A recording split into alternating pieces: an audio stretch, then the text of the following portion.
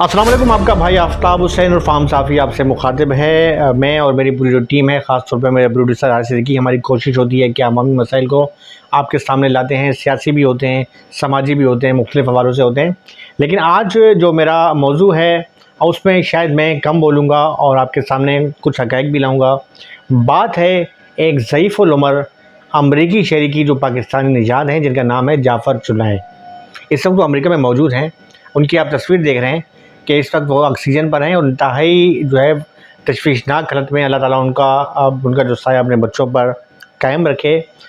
एक दौर उनका जाफ़र चुनाए साहब का वो था कि जब रोज़नामा पब्लिक न्यूज़ के वो मालिक थे, एडिटर थे और बड़े बड़े नामवर सहाफ़ी के मैं नाम लूँ तो बहुत बड़े बड़े नाम थे, जिसमें से कुछ इंतकाल भी कर गए हैं। वो वहाँ पे आते थे। नादिर शाह साहब माशाल्लाह is a most senior journalist, उन्होंने पूरी ज़िंदगी बड़ी अपनी बहादुरी के साथ और एक जो है दयानतदारी के साथ गुजारी। वो वहाँ पर आते थे और कई सहाफ़ी जो हैं जो उनके पास आते थे। काशिफ़ हुसैन जो आजकल बिलावल हाउस में जो है वो मीडिया का जो मीडिया के तर्जमान है, बिलावल हाउस के तर्जमानों में शुमार होते हैं। मीडिया सेल में जो एयरवाई में भी थे साबिक, वो GM जमाली भाई हमारे जो सहाफ़ी लीडर हैं। इसके अलावा शाहिद गज़ाली साहब थे, मुख्तियार भाई जी, मंसूर दुरानी, रज़ा जाफ़री साहब, मैं इज़ अ मोस्ट सीनियर सहाफ़ी थे, आरिफ महमूद साहब और बहुत से लोग जो उनके अखबार में जो है वो उन्होंने जॉब की। और बड़ा एक अच्छा नवाज़ भुट्टो साहब का मैं शायद नाम भूल गया हूँ, वो उनके अखबार में होते थे। बड़े बड़े नाम थे और हमने बड़ा अच्छा एक टाइम वहाँ पर गुजारा। लेकिन बहरहाल कहते हैं ना कि हर ज़वाल को अरूज है और हर ज़वाल को अरूज होता है। बहरहाल अपने एक दबंग दौर के अंदर उन्होंने जो है बड़ी बेहतरीन तरीके से रिपोर्टिंग की, बल्कि हमारे वक्त में तनख्वाहें मिलती थी और ना सिर्फ एक बड़े ऑफिस का ऐसा माहौल था कि उस दौर में जो अखबार का दौर होता था कि हम उस पब्लिक न्यूज़ में जॉब को अपने लिए बहुत बड़ा एजाज़ समझते थे। बहरहाल ये जो आप फोटो देख रहे हैं इस वक्त वो अमेरिका में मौजूद हैं और मामला है उनके घर का। जो उनका घर है जो है टीपू सुल्तान थाने की हदूद लगती है, वहाँ पर उनकी रहाइश है, उनका आबाई घर है और अरसे दराज से उनका मामला चल रहा है। ऊपर की मंजिल पर कोई रहाइश पजीर है उन अफराद के साथ। अब मेरे ख्याल में अब उनको भी ख्याल करना चाहिए कि जो बंदा इस पोजीशन में है, ज़िंदगी और मौत की कशमकश में है, गिले शिकवे दूर कर देने चाहिए। और मेरे ख्याल में अगर उनको गलती भी है तो ये समझ के कि बुज़ुर्ग जो हैं वो घरों की जो है वो ज़ीनत होते हैं। आपके घर में वो बुज़ुर्ग हैं या वो समझ के, बुज़ुर्ग समझ के जो है उनकी थोड़ी कदर कर लें, लेकिन ऐसा नहीं है। पहले भी टीपू सुल्तान में हमने इसी चीज़ को उजागर किया, ना सिर्फ हमने बल्कि कई दोस्तों ने उजागर किया। इनके साथ मामला हुआ और कुछ इनका तनाज़ा चल रहा था। उसके बाद अब ये वीडियो जो है वो ताज़ा आई है। आप देख सकते हैं कि इनके घरों की जो कैमरे हैं, CC फुटेज, ये इस वक्त जो अमेरिका में स्पेशल तैयारी के ज़रिए गए हैं। काफ़ी इनकी हालत तशवीशनाक थी और घर वालों को बुलवाया वहाँ पर और वहाँ से ये जो है इन्होंने जो है बद्दुआएँ दी हैं टीपू सुल्तान थाने के SHO को, SSPs को, DIGs को कि भाई मैं एक अमेरिकन शहरी हूँ, मैंने होने के बावजूद, एक मौत अखबार का मालिक होने के बावजूद मेरी सुनवाई नहीं हो रही है। आम शहरी का क्या होगा? सबसे पहले आप इनका स्टेटमेंट सुने जो हमें इन्होंने अभी अमेरिका से भेजा है और उसके बाद फिर आप फैसला कीजिएगा और मज़ीद आपको चीज़ें दिखाते हैं। अस्सलाम वालेकुम।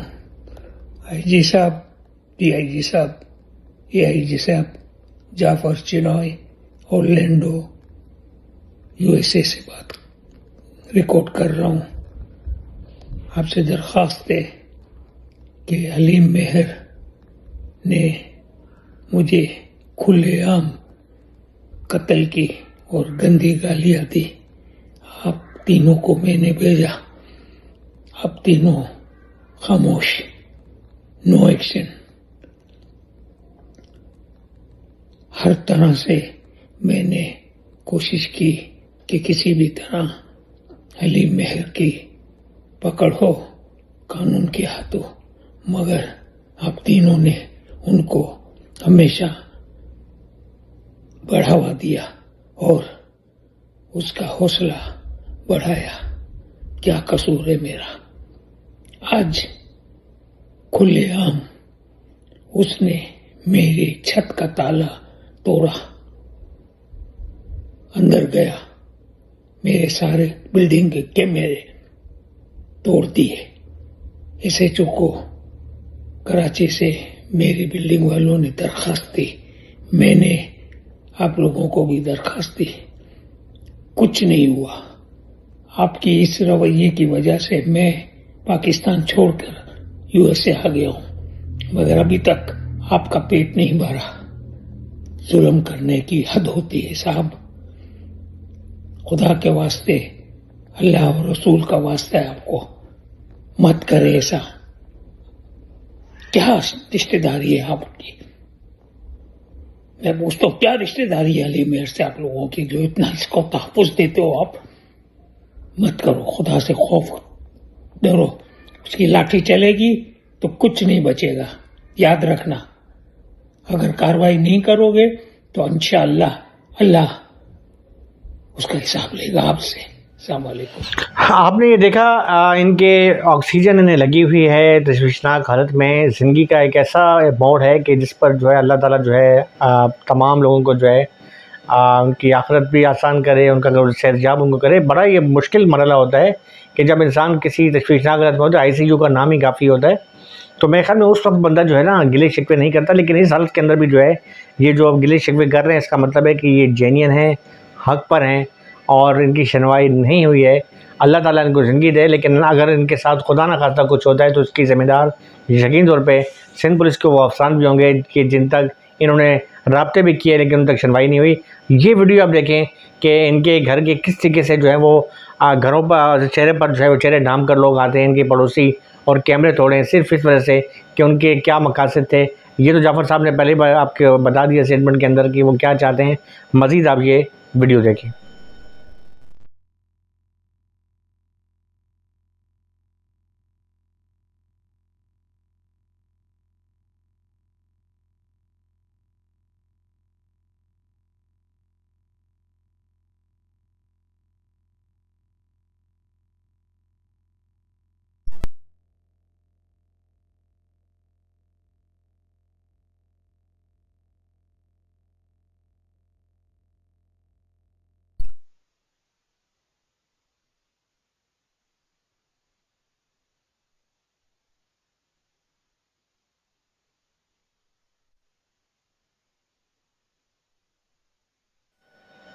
देखिए, हमने पहले भी इस मसले को उजागर किया था और इस बात को जो है मुख्तलिफ़ ग्रुप्स के अंदर डाली और कुछ हमें काफ़ी ज़्यादा परेशानी भी मिली थी। ख़ास तौर पे शहरी हलकों में लोगों ने हमसे रब्ता किया था जाफ़र जुनैद के हवाले से।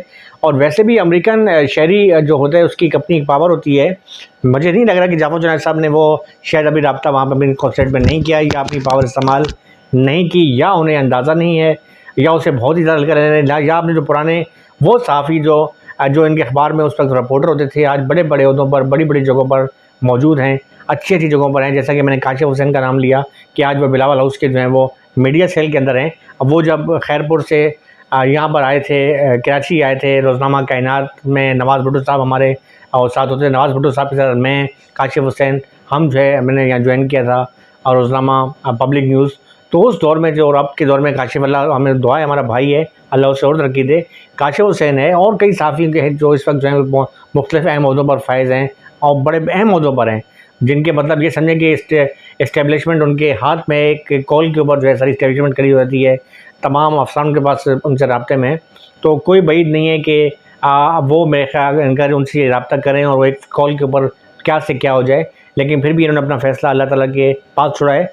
और जो भी मुखालिफ पार्टी है जो इनके ख़िलाफ़ जो इन्होंने ये हरकतें की हैं, या शायद वो ये समझ रहे हैं कि जाफ़र जो है कोई एक आम शहरी है, या हम इस तरीके से औचियत कंडे करके जो है इन्हें दबा लेंगे, तो ये मेरे ख्याल में उनकी भूल है। वो शायद जाफ़र जुनैद को जानते नहीं हैं। जाफ़र जुनैद साहब ने अपने दौर में जब रोज़नामा पब्लिक न्यूज़ था तो बड़े छक्के चौके मारे। मैं रिपोर्टिंग वहाँ करता था, मुझे पता था कि बड़े बड़े लोगों के साथ बड़ी बड़े नाम थे कि जिनसे जो उन्होंने टक्कर ली और पूरी लीडें और सुपर लीडें उस पर जाती थी।